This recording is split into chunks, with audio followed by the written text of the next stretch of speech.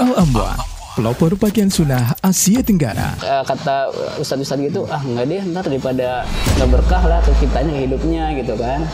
Terus kata saya gitu, gimana nih, lanjut apa enggak? Udahlah, nggak usah aja, biarin aja Hangus, yang penting kita nggak riba. 10 juta tuh Hangus. Gokil, 10 juta loh teman-teman. Hangus gitu aja mungkin. Kita lebih memilih takut kita ke awal nggak punya utang, akhirnya ya mikir ya.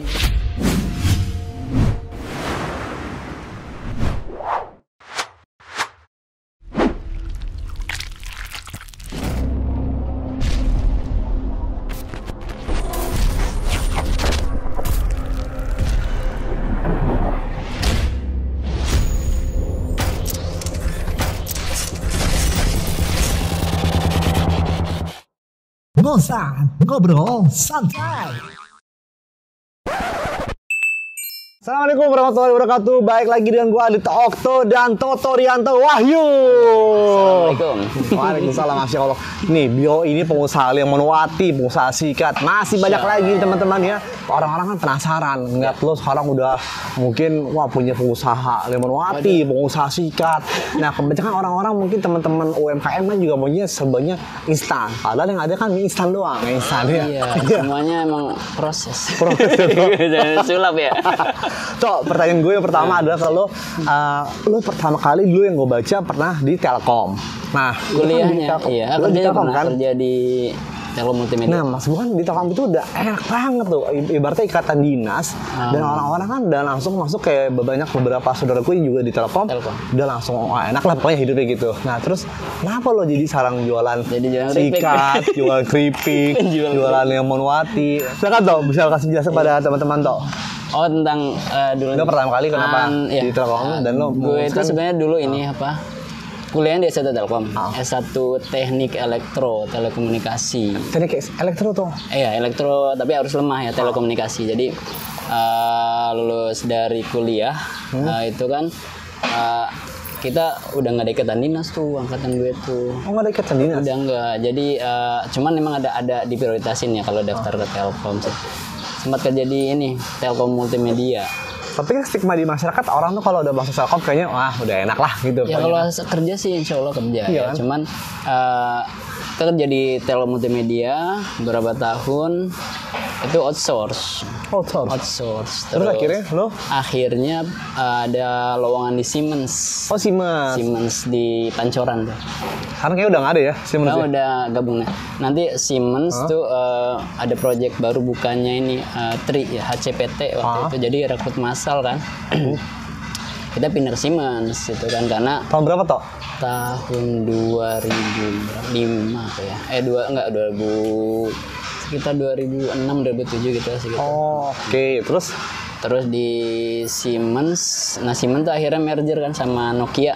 Ya. Jadi Nokia Siemens Network. Nah, terus sistemnya itu namanya Nokia. Nah itu udah sampai gue kerja di Nokia itu sampai 2017. 2017. Proyeknya sama, proyeknya TRI itu HCP. Jadi itu job desk di bagian apanya toh?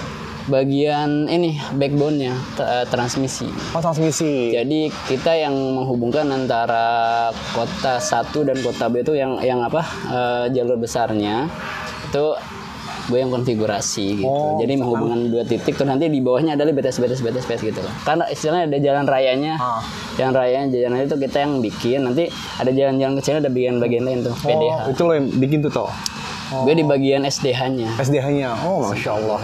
Nah, akhirnya singkat cerita dari situ lo resign tuh dari Telkom. Nah, itu bukan Telkom ya. Telkom udah resign keluar dari Siemens ya. Siemens terus Nokia itu qadarullah proyeknya habis. Ya gue ganjing kan itu.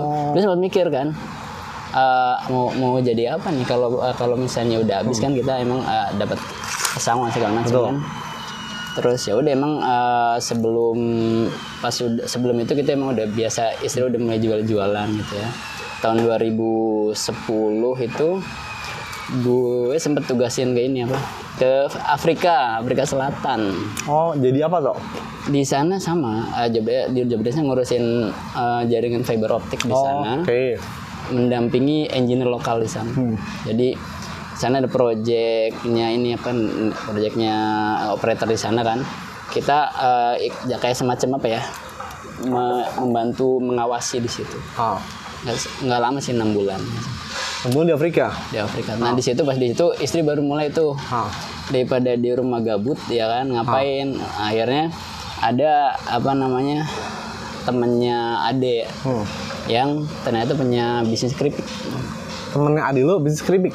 Ade ipar. Ade ipar ya kan dia balik ke Bandung tuh, dia nggak ada. Jualan lah keripik pedas waktu itu. Nah semenjak jualan keripik pedas di luar dugaan tiba-tiba alhamdulillah bismillah dia langsung rame gitu. Kita kan karena langsung ke pabrik tuh, distributor. Zaman dulu kan jualannya di Kaskus tuh.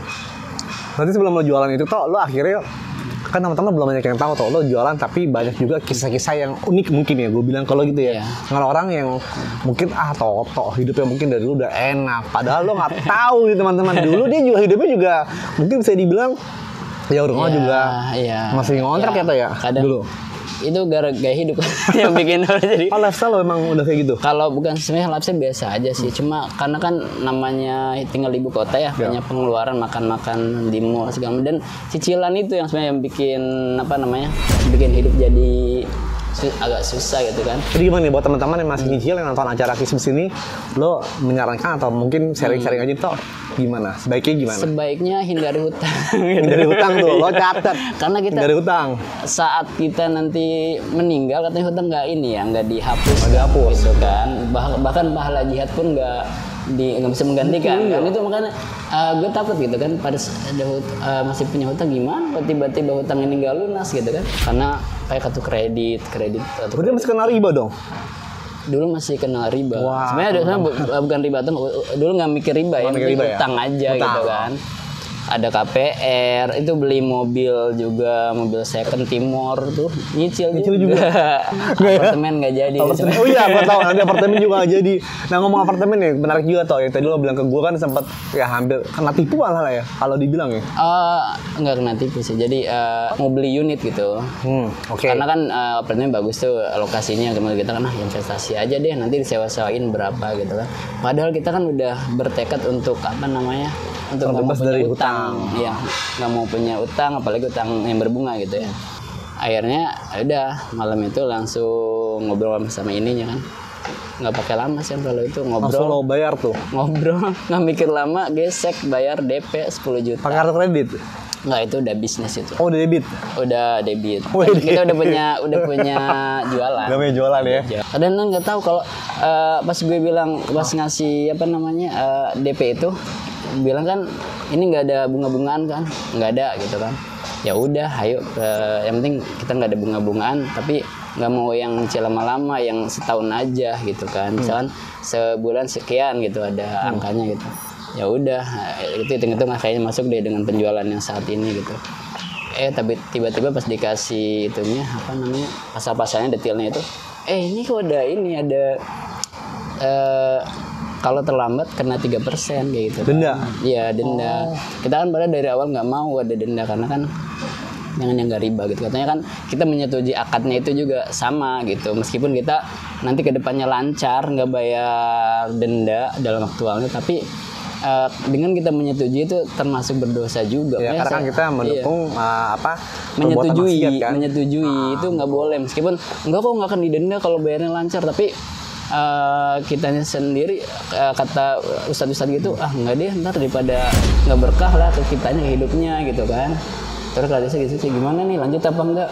Udahlah, nggak usah aja, biarin aja, Mas, yang penting kita nggak riba. 10 juta tuh, Angus.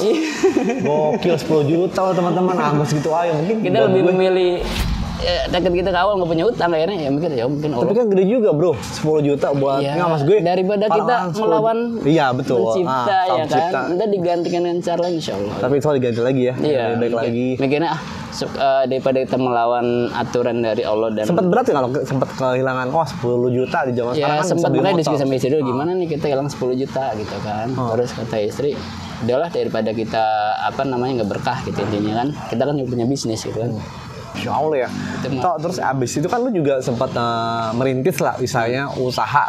Pertama kali usaha lu jalanin apa nih? Sebelum Lemon Wati pasti ada dong. Tadi kan waktu gue di Afrika ya, Afrika Selatan itu istri kan bikin jualan jadi distributor keripik pedas. Oh, keripik pedas. Nah, gue menjadi bagian marketingnya di Kaskus, toko bagus gitu kan. Nah, yang layanin dia kan nge-forward orderan ke pabrik ya. Alhamdulillah itu langsung dari pusat gitu, langsung dari pabriknya. Jadi kita di tangan pertama, terus handle lah area. Jadi ada 2 waktu itu, distributor istri sama ada lagi satu lagi udah duluan. Alhamdulillah booming gitu. Terus customer sampai Kalimantan segala macam, kita kirim puluhan kilo lah, karung-karungan lah ke sana. Keripik keripik pedas singkong. Lagi zamannya ya. Ada lah mereknya, cuman zamannya musim keripik sehat beda dengan ini sih. Sama kayak gitu keripik pedasnya. Ya, tapi kalau ini kan beda produsen. Ada itu rasa jeruk juga. Lumayan tuh, kan pecinta pedas tuh area Kalimantan dan sana sih kalau yang sepengalaman kita sih gitu. Sana ramai, kita supply ada yang nyampe ke ada minimarket segala macam di sana. Terus kalau lebih berarti lo dalam 1 bulan itu lo menjual ke Kalimantan, Sulawesi juga? Iya, se-Indonesia lah. Se-Indonesia. Karena kita di Kaskus jualannya. Oh, lebih gampang ya. Berarti emang sekarang udah online dari awal. Udah online ya. Tuh. Nggak pernah jualan offline sih. Sekarang berarti jualan online sangat penting teman-teman ya. Iya, tahun 2010 udah online. Itu belum ada Instagram, belum ada apa kita. Tapi udah paham dunia digital toh. Iya itu sambil berjalan. Jadi endorse dulu tuh cuma di Twitter artis kirim barang, dapat fotonya gratis, kirim barang doang. Kan tadi habis dari jualan keripik kan keripik pedasnya mulai turun, kita ganti produk lagi, keripik pisang yang di Lampung yang manis-manis itu lumayan booming juga. Kita di situ sekali belanja berapa gitu kan lumayan, banyak reseller juga tuh keripik pedas. Kita sampai kirim-kirim ke Taiwan juga. Taiwan. Karena lagi musim ya, zamannya hijaber itu yang baju-baju gitu. Sampai Taiwan, Hong Kong ya, beberapa sih TKW yang di sana. Tapi kita tahu buat semua orang nih nggak ngeh ya mungkin ya. Lo udah tahu dunia digital marketing itu dari 2010. Mungkin ngalir sih, ngalir gitu aja kan. Iya, dari tahun kita 2000. Iya, nggak pakai ilmu. Pokoknya mungkin ini yang gue tangkap, mungkin lo pada saat itu yang penting lo bisa bayar utang gitu ya. Iya, yang penting waktu itu gini, kalau bisa hutang itu kan ya kita dengan hidup yang kayak gitu ya, maksudnya gali lubang tutup lubang gitu kan, gali lubang tutup lubang ya udah. Gue ke Afrika kan, istri kan gak ada kegiatan untuk tambah-tambahan jualan ya kan, bantu-bantu lah gitu, minimal dia buat jajan. Emang sih kita dengan dari kerja di luar negeri itu dapat tambahan lah. Akhirnya dari situ kita bisa renovasi rumah gitu, karena sebelumnya rumah gue itu kan di komplek itu nggak ada dapurnya. Ya udah, akhirnya dari itu pas rumah jadi, kontrakan di Mampang habis gitu kan. Di Mampang tuh gue sempat diusilin orang juga. Diusilin. Jadi mobil kan parkir di orang yang nitip ya. Ditusuk tuh ininya, rodanya 4-4-nya. Nggak punya salah, kita nggak punya masalah sama warga, cuman nggak ngerti kalau kata orang yang nitipin, mungkin ini nggak suka sama saya nih, biar nitipin ke saya, kata dia gitu kan. Ya udahlah gimana, jadi akhirnya ban di Pomo langsung lari ke bengkel gitu kan, nggak bisa ditambal, tusuk samping lagi profesional. Waduh, jahat banget tuh penjahat itu ya, niat tusuk samping. Diganti, akhirnya pakai ban dalam tuh kan. Akhirnya udah deh, kalau itu mending kita tinggal di di rumah sendiri aja gitu kan. Mindset karyawan ya. Betul. Gaji yang gede aja gitu kan, biar bisa nutupin segala utang gitu. Oke lah, sebelum ke bisnis kan berarti lo istilahnya dulu punya berapa utang dan akhirnya lo bisa terbebas dari yang namanya riba itu di tahun berapa toh? 2017. Itu udah semuanya bebas. Gak ada yang lagi namanya proyeknya habis ya kan, proyek habis kan kita mikir aduh mau kerja apa lagi kan. Ya udah, akhirnya alhamdulillah langsung kerja ke tempat lain. Gue ada di perusahaan Cina gitu ya. Perusahaan Cina gajinya emang lebih gede dari sebelumnya. Itu lo masih jadi karyawan tuh, masih kerja? Masih kerja lagi, tapi udah jualan, masih jalan. Nyambi? Reseller. Reseller. Istri yang jalanin kan, kita gue bagian marketingnya gitu sama. Cuma kan yang order, packing gitu di rumah nggak punya karyawan kan, cuma kita berdua aja. Berdua aja? Berdua. Bini lo? Berdua, karena kan kalau kayak yang kayak keripik itu kita tinggal forward orderan ke sana kan, ke pabrik. Kalau yang ini kalau yang hijab ini benar perjuangan berdua deh. Karena harus enak kalau perjuangan sama istri ya? Makanya itu sempat bilang kemarin di Bang Yose itu kan enaknya kalau bisnis berdua gitu. Kalau sendiri timpang, iya. Moto-moto produk berdua gitu ya. Jadi beli tuh tumpukan hijab ya kan, kita fotoin tuh di manekin satu, cepret, diedit gitu kan, kita upload di fanpage. Waktu itu belum tahu Instagram. Gue termasuk yang terlambat menyadari Instagram itu potensial untuk jualan. Tapi kan dia Instagramnya followernya sekarang udah gue cek aja 100. Itu terlambat. Yang lain terlambat aja tapi lah 110.000 tuh. Apaan percaya sama kita gitu kan? Itu percaya kita, jadi otomatis orang kan mau beli sesuatu harus tahu dulu apa namanya yang jual itu siapa gitu. Sebenarnya tadi lebih memilih untuk di belakang layar ya, karena bukan artis, bukan siapa gitu kan. Cuman ya udahlah, karena emang kondisi situasi emang harus menuntut kita harus muncul gitu kan, yang jualan ini siapa gitu. Akhirnya lo memperkenalkan. Akhirnya ya udah deh, iseng-iseng aja posting jualan keluarga gitu-gitu. Ada nggak sih buat teman-teman para pelaku UMKM mungkin yang ingin meningkatkan engagement atau meningkatkan traffic penjualan itu seperti apa toh? Boleh dong di-sharing kepada teman-teman di seluruh Indonesia toh? Traffic penjualan ya sebenarnya kalau pengen followers banyak ya, itu dia tinggal pengalaman lo gimana? Pengalaman ya itu dari endorse sama yang bisa dari ya terutama endorsement itu pengaruh banget untuk meningkatkan followers. Yang pertama, kedua sering bagi-bagi, kita bagi-bagi ke followers. Tapi mereka kan ngetek ke orang tuh. Oh, di mention ya? Mention. Kita mau bagi-bagi duit nih ya kan, kayak gitu. Misalnya nggak banyak, nggak usah banyak-banyak, 50.000, 100.000 kayak gitu-gitu. Mereka seneng gitu. Jadi, gitu. Kan, jadi kita bagi giveaway. Tapi kan sebenarnya giveaway bisa menimbulkan shadow ban ya kalau giveaway.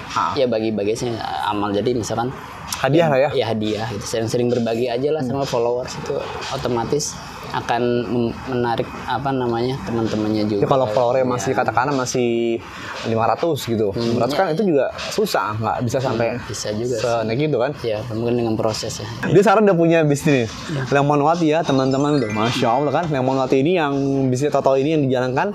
Ini pertama kali tuh lo kenapa ngasih namanya Lemonwati bukan Lemonwanto gitu? Sebenarnya bikin nama itu yang orang mudah diingat ya. Mudah diingat itu kan maksudnya gitu langsung denger jadi nyangkut di kuping kan susah ya. Kan misalkan kita pakai lemon fresh atau lemon juicy gitu udah orang udah lewat aja denger, oh ya dah gitu kan. Kita yang bikinnya tapi karena kan waktu itu kan ada ibu-ibu yang pada makan Durenwati waktu itu kan. Kita mau bikin brand apa ya? Ya udah deh kita bikin Lemonwati, semua ketawa-tawa aja. Terus ngomong ke pabriknya juga, gimana si Wati?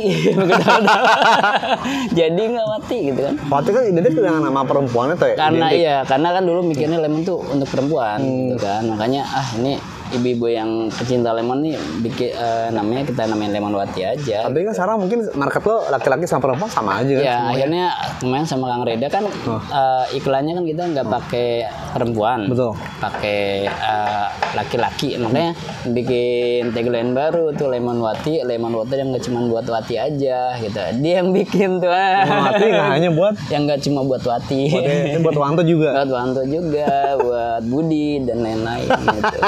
Akhirnya ya udah biar lebih global, tapi sebenarnya kan harusnya kita spesifik ya, pangsa pasar itu nggak bisa semua bisa pakai gitu kan. Tapi ya itu tadi maksudnya yang laki-laki pun nggak minder kalaupun minum Lemonwati, karena gue brandingnya juga kan di artis-artisnya yang laki-laki gitu kan.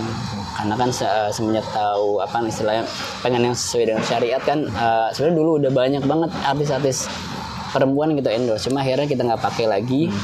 Lebih yang kita pakai itu yang artis laki-laki. Berarti teman-teman para pelaku UMKM juga nggak ada salahnya kalau ingin mengendorse siapapun itu ya. Mengendorse cari yang lagi viral sih. Oh, lagi viral. Ya kalau misalkan yang lagi di berita nih, misalnya kita juga nggak jarang nonton TV. Misalnya lagi naik tuh siapa, kita endorse dia gitu. Itu memancing banget followers kayak kita. Oh juga. Gitu. Oh, Masya Allah. Nah dari Lemonwati ini lo kurang lebih berjalan ada nggak sih suka dukanya mengenai Lemonwati ini toh? Lemonwati ini malah waktu di zaman Covid kan langsung naik kan? Iya, terus Covid alhamdulillah pas naik. Itu kan karena emang orang butuh untuk imunitas. Tapi sebenarnya Lemonwati kan untuk diet awalnya. Jadi kita udah ngumpulin testinya itu kebanyakan tuh untuk apa namanya, untuk diet turun berat badan segala macam. Cocok banget nih teman-teman nih. Dan iya, dan testinya tuh kita semuanya asli gitu, nggak ada yang apa editan, fake testi. Benar-benar kita tanya dari customer. Kalau boleh tahu nih Tok, nih harga sekotak ini berapa nih Tok? Nanti buat teman-teman kan di seluruh Indonesia yang pengen kepo ini Tok. Ini kita sekarang jualnya di 95.000. 95.000. Teman-teman, kalau buat lo semua yang ingin order Lemon Wati bisa langsung ke nomor adminnya. Nah, Tok, nomor admin berapa nih Tok? 081 222 30450. Ini bisa langsung tiba-tiba lo kenapa kepikiran dari Lemon Wati untuk ke Sikat Bos. Nah, itu efek dari pandemi ya. Pandemi kan orang saya mikir sebenarnya kita juga pola hidup sehat ya intinya kan. Cuman orang ada juga yang butuh cemilan-cemilan begini nih, ya kan, keripik-keripikan karena di rumah itu kan butuh banyak ngemil kan. Akhirnya kita mikir kenapa kita coba, karena dulu basicnya kita jualan cemilan awal kan, jualan keripik. Iya, keripik yang dulu bilang keripik pedas kan. Sama keripik apa namanya, pisang juga kan. Kenapa kita coba ekspansi ke sini deh dengan harga yang apa namanya murah gitu kan, apa namanya di bawah 20.000 gitu. Segi berapa Tok? Kalau boleh tahu Tok, sikat gini Tok. Yang mana itu? Saya beda-beda harga. Oh, beda-beda. Kalau yang keripik basreng premium 12.000. Berapa? 12.000. 12.000. Kalau yang ini apa ini? keripik singkong? Singkong 10.000 aja. Keripik singkong 10.000. Kalau keripik ini? Kalau ini yang ori 18.000, yang pedas 19.000. Oh, berarti kisaran 10.000 sampai 20.000 ya? Di ya? bawah 20.000 ya. Masya Allah. Kalau mau order gimana Tok? Nomor adminnya ada di Shopee juga? Ada di Shopee juga, ada di Instagram kita Sikat Official. Oh, di Instagramnya namanya Sikat Official. Langsung aja. Kalau ini Instagramnya @lemonwati. Ada mungkin Facebooknya juga ada Tok? Bisa dicantumkan? Facebooknya sama sih, nge-link di situ. Oh, ini juga ya? Pokoknya kita lebih ada di Instagram kan ininya apa? Di Facebook ada fanpage Lemonwati. Lemonwati ada ya?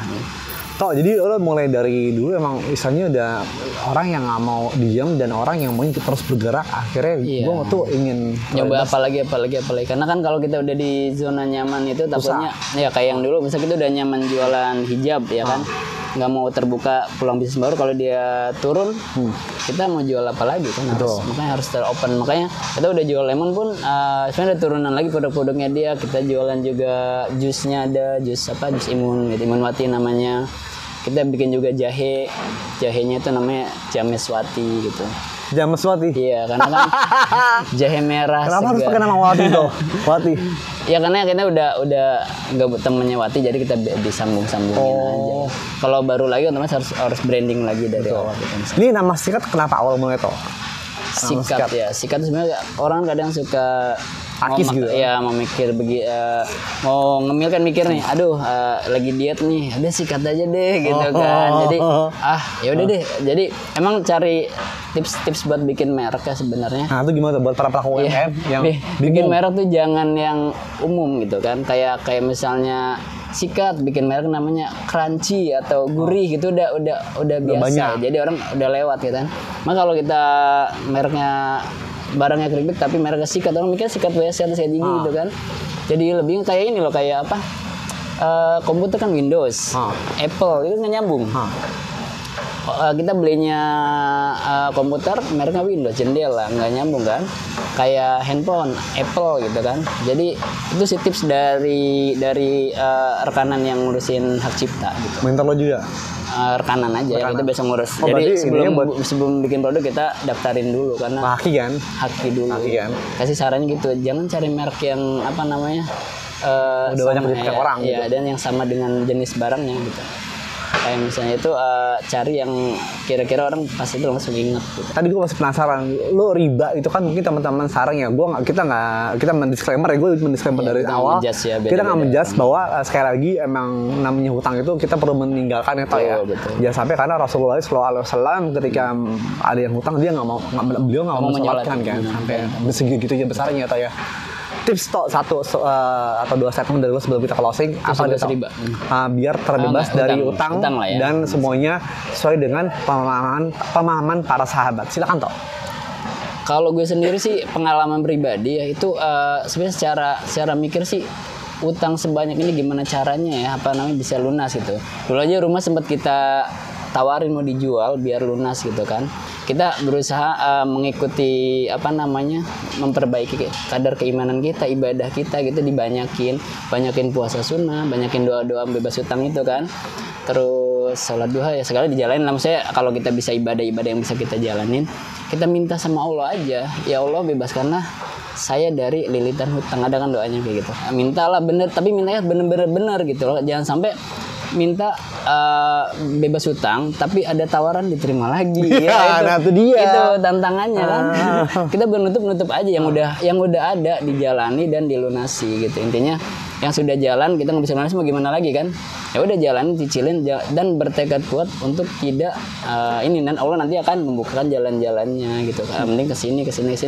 Allah alam itu kan tergantung dari kesungguh-sungguhan kita sebenarnya. Masya Allah. Ada lagi tuh yang sampaikan buat teman-teman para pelaku UMKM yang mungkin masih main hutang atau mungkin terkena hutang di seluruh Indonesia, toh silakan toh. Kalau ada pengalaman dari gue sih, tekad utama yang penting adalah perbaiki ibadah sama Allah. Insya Allah jalan akan dibantu oleh Insya Allah. Nggak bilang gue sekarang udah benar atau enggak, namanya iman kadang naik turun ya. Yang penting kita berusaha aja untuk untuk menjalankan syariatnya, menjauhi larangannya gitu kan. Dengan begitu dan insya Allah jalan-jalan akan terus, karena ada wa may yattaqillaha yaj'al makhraja kan. Jadi dengan kita bertakwa kepada Allah maka akan diberikan jalan keluar dari yang tidak disangka-sangka. Betul. Gue aja nggak nyangka bakal lunas hutang di tahun 2017 ya kan. Dengan adanya proyek habis bisa ngelunasin dan sisanya bisa buat bisnis tabungan, gitu kan. Meskipun dalam perjalanan bisnis ada naik turun juga, sempet ditipu teman segala macam tadi bilang gitu. Tapi sekali lagi meskipun ada halangan kita selalu yakin nggak mungkin ada daun yang jatuh itu tanpa izin Allah. Betul. Gue ditipu sama teman 100 juta itu pun atas izin Allah, ujian ya kan. Kita kita yakin nggak bakal diganti sama Allah gitu loh.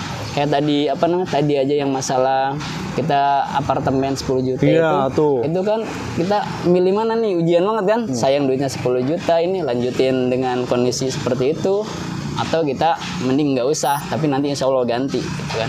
Kita ngambil yang nggak usah, nanti yakin aja Allah ganti dengan cara yang lain gitu. Intinya tipsnya itu aja sih. Jadi kita yakin aja Allah sudah memberikan rezeki sama kita jalani dengan sungguh-sungguh dan jangan tergoda untuk membuka pintu-pintu hutang baru gitu. Oke, cakep sekali teman-teman ya. Itu tips dari Toto Rianto Wahyu. Selamat menjalankan dan semoga mencoba. Semoga Anda semua terbebas dari hutangnya toh ya. Amin. Oke, kita tutup, nanti kita ketemu lagi mungkin di part 2 sama Mas Yose ya toh ya. Insyaallah. Oke toh. Kon barakallahu fiik. Assalamualaikum warahmatullahi wabarakatuh. Waalaikumsalam warahmatullahi wabarakatuh.